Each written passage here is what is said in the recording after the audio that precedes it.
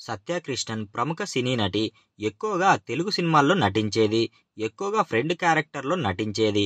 ఈమె హైదరాబాద్లో తన చదువుని కంప్లీట్ చేసింది. హోటల్ మేనేజ్మెంట్లో డిగ్రీ పూర్తి చేసిన ఈమె హైదరాబాద్లో తాజ్ గ్రూప్ ఆఫ్ హోటల్స్లో ఉద్యోగంలో చేరింది. ఎయిర్ హోస్టెస్ కావాలనేది ఈమె కలట. 2000 సంవత్సరంలో శేఖర్ కమల తన మొదటి సినిమా డాలర్ డ్రీమ్ సినిమాతో ఈమెను వెండితెరకు పరిచయం చేశారు. ఆ తరువాత ఈమె పెళ్లి చేసుకుని పంజాగుట్టలోని ఒక బ్యాంకు ఉద్యోగంలో చేరింది. 4 ఏళ్ల తరువాత మళ్లీ శేఖర్ కమల ఆనంద్ సినిమాలో ఈమెకి అవకాశం ఇచ్చాడు. ఆ సినిమాకు ఈమెకు ఉత్తమ సహాయ నటిగా నంది అవార్డు కూడా దక్కింది. దాంతో ఈమె ఉద్యోగాన్ని వదిలిపెట్టి పూర్తి స్థాయి నటిగా మారిపోయింది. ఆ తరువాత బొమ్మరిల్లు, మొదటి సినిమా వినాయకుడు లాంటి ఆదరణ పొందిన సినిమాల్లో నటించింది. మొదటిసారిగా మెంటల్ కృష్ణ అనే సినిమాలో హీరోయిన్గా నటించింది.